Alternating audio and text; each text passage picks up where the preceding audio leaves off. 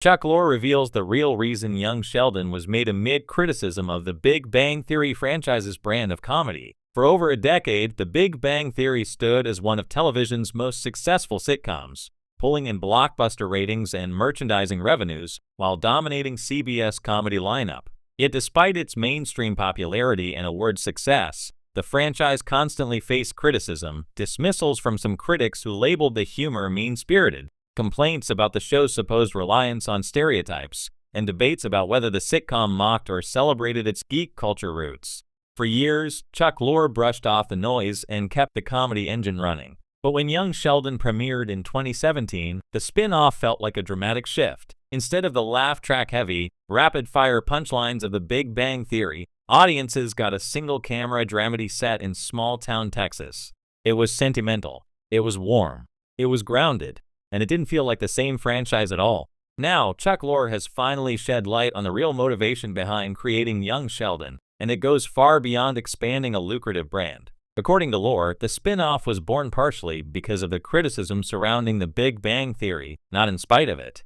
And understanding the creators' reasoning reveals a deeper picture of how sitcoms evolve and how creators defend their artistic identities in an industry obsessed with formulas.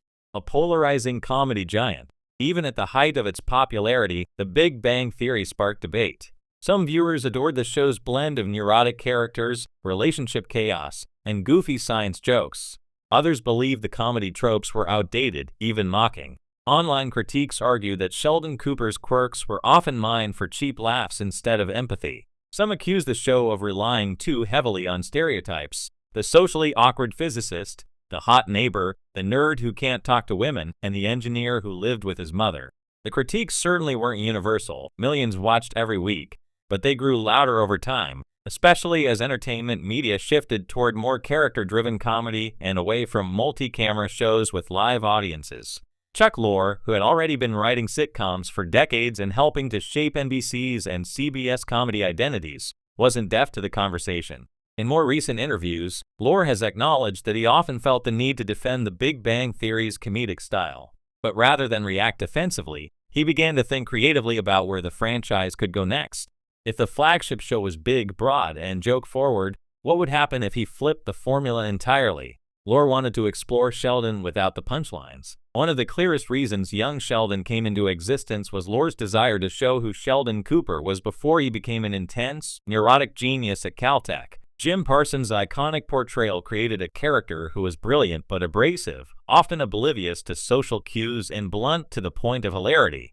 In the sitcom world, those attributes worked perfectly. But in real life, they might suggest a more complicated childhood and upbringing. Critics often argued that The Big Bang Theory flattened Sheldon's humanity for laughs. Lorre took that personally, not because he felt the criticism was unfair, but because he felt Sheldon had more humanity that the format simply didn't allow space for. A traditional multi-camera sitcom with a laugh track and 22-minute runtime is built on rhythm. Jokes need to land. The plot can't slow down for emotional nuance. Lorre has since admitted that he occasionally wished he could explore Sheldon's background with more sincerity and vulnerability. Enter Young Sheldon, a series that let him pivot to a quieter, more reflective style. By removing the laugh track and adopting a single-camera approach, Lorre had permission to slow the story down.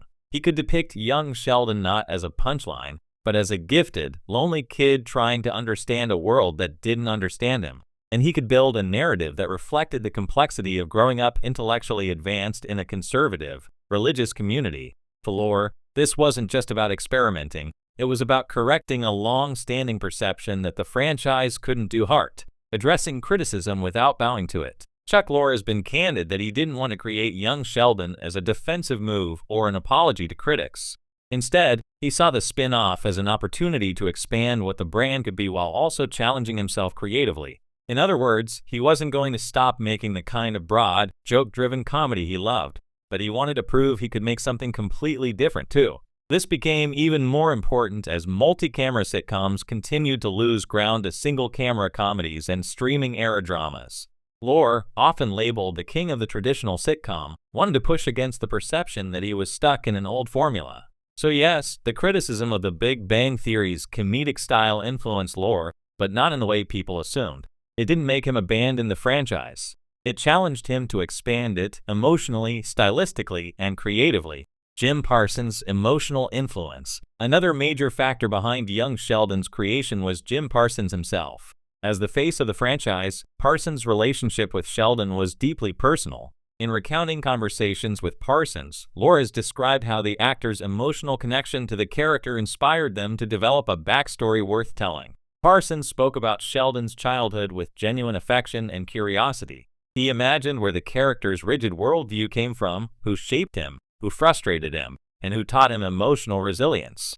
Together, Parsons and Lorre realized that the heart of Sheldon's story lay far from Pasadena, in East Texas, at a dinner table with a blue-collar family learning how to raise a wunderkind. And so, Parsons' voice became essential, not just as an executive producer, but as the narrator who could tie the young and adult versions of Sheldon together. This gave the spin-off emotional authenticity and continuity, something Lorre believed would counter criticisms that the franchise lacked depth. A chance to explore family, faith, and genius. One of the most surprising things about young Sheldon is how deeply it engages with themes of religion, family values, and intellectual isolation. That wasn't an accident. Lorre has explained that he wanted to show the environment that shaped Sheldon, an environment that was loving but complicated. The Big Bang Theory rarely delved into spirituality or Southern culture, but young Sheldon put those topics front and center. Mary Cooper's religious devotion, George Ezra's quiet struggle to support a family of 5, and Missy's fight for independence created storytelling layers the original series never tapped into. Lorre knew the spin-off would silence one particular criticism, whether or not intentionally, that the Big Bang characters existed in a bubble defined mostly by work, academia, and romantic entanglements. In young Sheldon, the Coopers lived a life that was instantly recognizable, relatable, and grounded. It gave the franchise a new texture, one rooted in American family life rather than nerd culture archetypes. And by giving Sheldon a family dynamic full of complexity, Lorre indirectly answered critics who thought the franchise treated the character like a machine for jokes instead of a person with emotional depth. The comedy evolution that surprised everyone. The most remarkable part of young Sheldon's success is how dramatically different it feels from its parent show, something many viewers initially saw as a risk, but Lorre viewed as a necessity. If he had made another punchline-driven sitcom, the critics would have accused him of sticking to outdated formulas. If he had moved too far away from comedy entirely, audiences might have rejected the project. But young Sheldon found the sweet spot. It kept the humor, traded the snark for sweetness, and broadened the emotional resonance.